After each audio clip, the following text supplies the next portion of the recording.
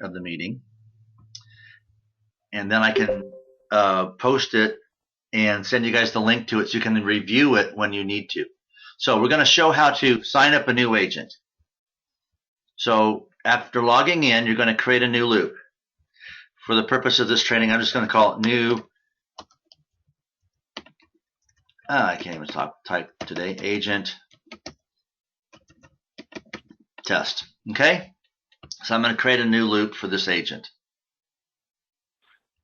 Now I could have selected the template at that point, but I'm just in the habit of not doing it at that point. First thing you do is add the person. So you're going to add the agent who you're going to be adding in as a new agent. So new agent at, well, look at that. There's a new agent at equity.usa. Yeah, there's a new agent email there. Here's the most important thing. See this where it says rule?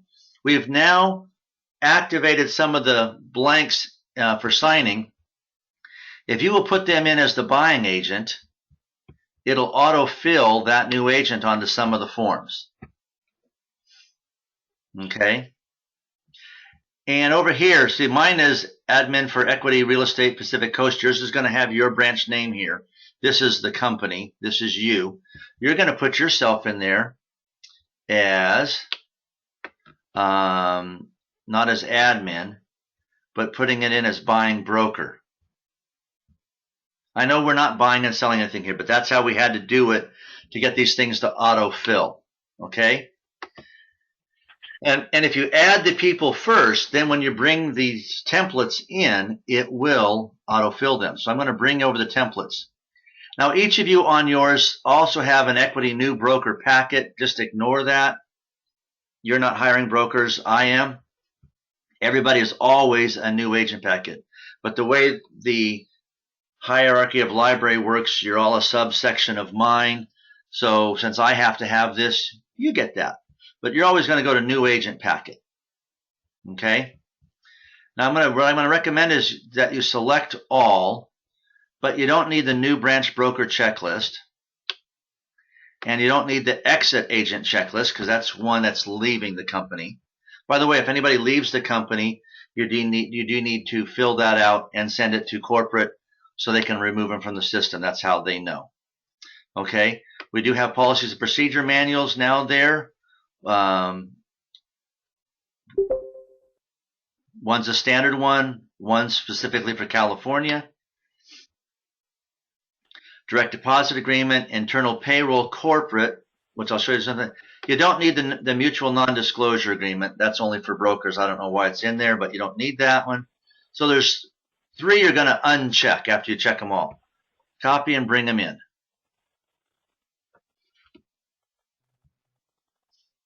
You now have your folder, just like you would on any other loop. You don't need to add any more documents. But now you can go in here and, again, if you check there, you check them all. Now we're going to open them.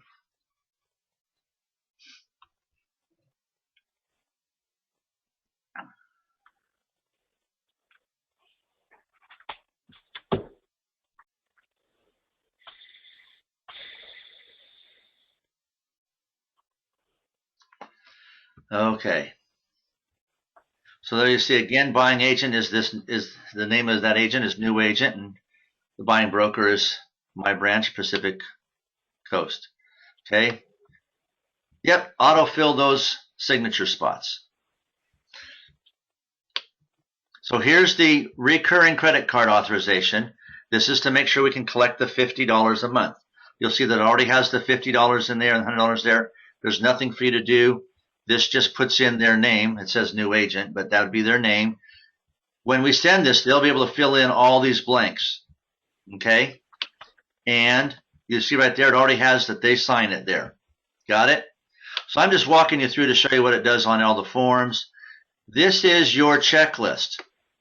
In the future, I'm going to ask corporate to remake this part and send it to the agent. It doesn't do any good for us to have it. We don't have this information. their Facebook, their Google Plus, their Twitter, their LinkedIn, all those things. The agent should fill that in. But you, before you send it, are going to make sure that you have everything. And these are the things minimal you have to have. The internal payroll form. Oop, I unchecked it.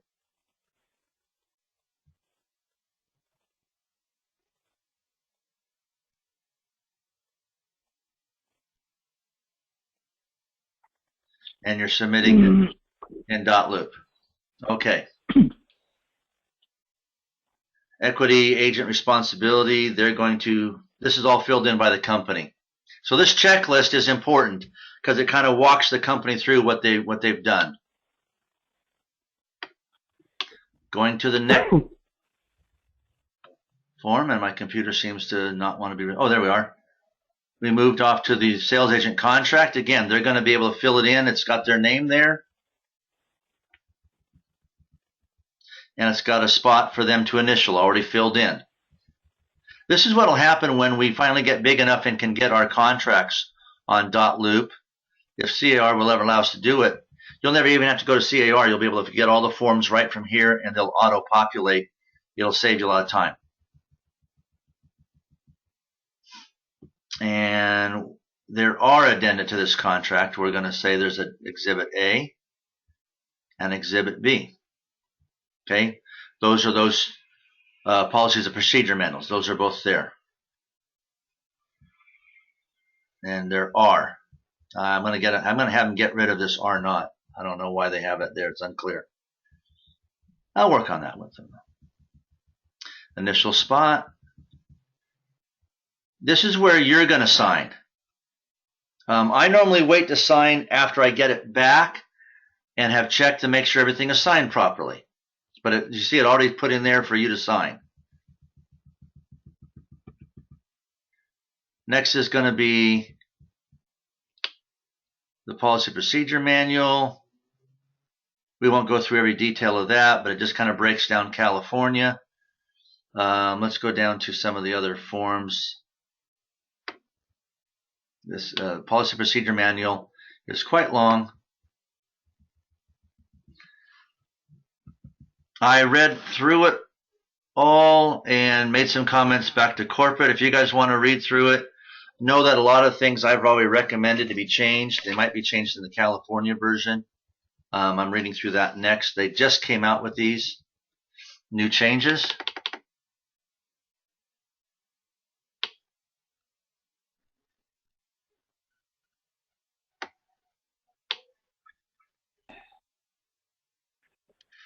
$46. There's a spot for them to sign on the last page. Let's go down here to the end here. And of course the W-9.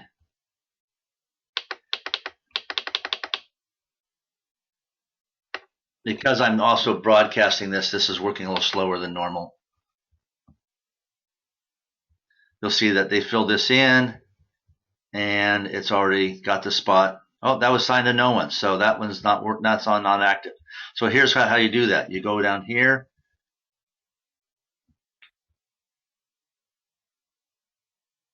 Assign to, I'm going to click on this. Assign to new agent. There you go. That's why I check it, just to make sure everything is working right. So now they're going to sign there. Okay? So now we're going to save it.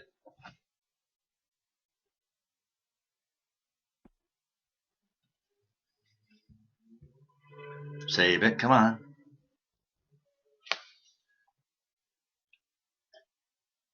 There.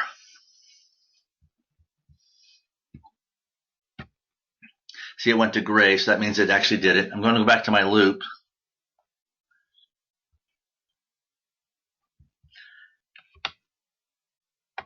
And now I'm going to just go ahead and check everything again.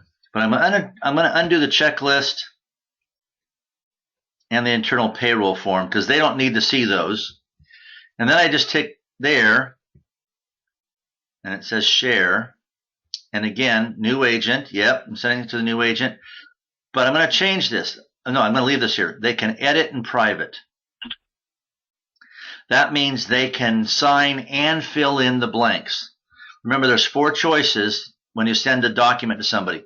They can see it, they can sign it, they can fill and sign, and that's actually what it should be, can fill and sign, or they can edit. You use the edit only for a co-opting agent or for admin.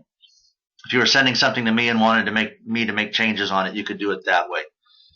Okay, then you just, once you have what you want it to be, then you share it. I'm not actually going to share this because there's actually no one there and it would screw up corporate if they got this in there. Okay, once you get it back, once it comes back, you go up here and submit for review. Okay, oh, they want a street address. I don't know why. Actually, you know what? They say to submit it for review, but I don't never do that. I just go down here. After it comes back, I add one more person, and it's Stephanie at equity-usa.net. I should have put it in the email, but that's why I just add Stephanie Hernandez at corporate, and I just send the whole file to her. It's done. There's one other thing you have to do. Once you get it back and it's all signed, corporate wants everything except the recurring credit card. Okay, that one you need to send to me. I take care of all that collecting and billing and all that. So then you're just going to go down here. I want to share this document. At that point, you're going to add a new person, Ron Bentley, and you're going to put my email address, which you have, and you're going to send it to me. You can actually, it's going to be signed, all filled in, so you can send it to me, edit, and probably you can send it to me any way you want. I don't care, but then you just share it with me, and it comes to me, and I take care of that. Everything else goes to corporate, but that one document comes to me. I want to show you this internal payroll form. Next time I go to corporate, I'm going to be talking to them about it because it seems to me kind of a wasted form. Okay, here's going to put where it's an agent or a broker recruit. Okay, they say they want the full name as appears on the license, but you're the one who filled it in. So, I mean, you're going to have to go to the BRE and find out how their license name actually says. But broker recruit means it was recruited directly by you, the broker. Agent recruit means there was an agent involved in bringing this person to the company. So if we're talking an M's branch, Eli says, hey, talk to my buddy Jose. Jose joins the company. M would check agent recruit. This page is filled out by you. Fee to previous broker. This is if there's an agreement made to release a listing or under contract or something, and there's money to be paid to the previous broker. Or if by chance they're changing within branches of the company, for some reason they're leaving, say down here in San Diego, they're going from David's office to Teresa's office. We've worked it out, we agreed to it. And if there's extra money to be split, then on these transactions you fill this in. 99% of the time, nothing gets filled in Section 2. Profit share agent, very important. This is the one document that has to say, again, who recruited him up here. Even though you don't get the $100 bonus as the broker, you get the full $250, you still need to say if there's an agent. I don't know why they have the dollar amount. Maybe there's 2 agents, so they each get 50% of the money. But this is the agent, and I want to show you where, then you put in the name of you, the branch broker, so corporate knows which branch they're going into. Here's where you get this information here. Let me save this form and go back. When you start growing your branch and multiple people tell you to talk to the same person, okay, and you do talk to that person and they come to the company. Now you have 3 agents in your office who have said, hey, talk to Bob. Okay? Well, who do you put down as the referring agent? 3 of them said, talk to Bob. Well, Bob himself makes that determination by putting it in right here. Referred by, how did you hear about equity? Bob gets to decide who gets the money.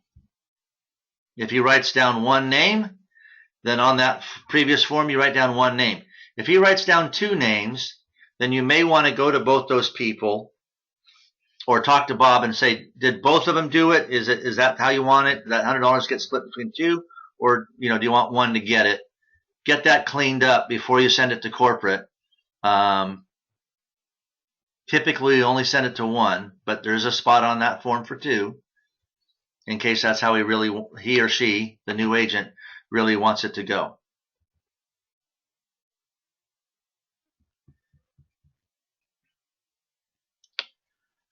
You're going to put their names in here. If it's one agent, then it's $100. If it's two agents, then it's $50, $50. Be sure to put your name here. Okay, so let me go back and make sure I reviewed everything properly.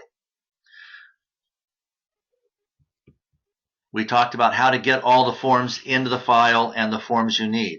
We talked about making sure all the name signature places are activated and they are sent out to the appropriate person. We then talked about which forms you send out to that agent, not doing the checklist, not doing the internal payroll. Send it out. When it comes back, fill in the internal payroll, make sure your new agent is correct. Send everything except recurring credit card authorization to corporate. Send the recurring credit card authorization to me, the state broker. Any questions?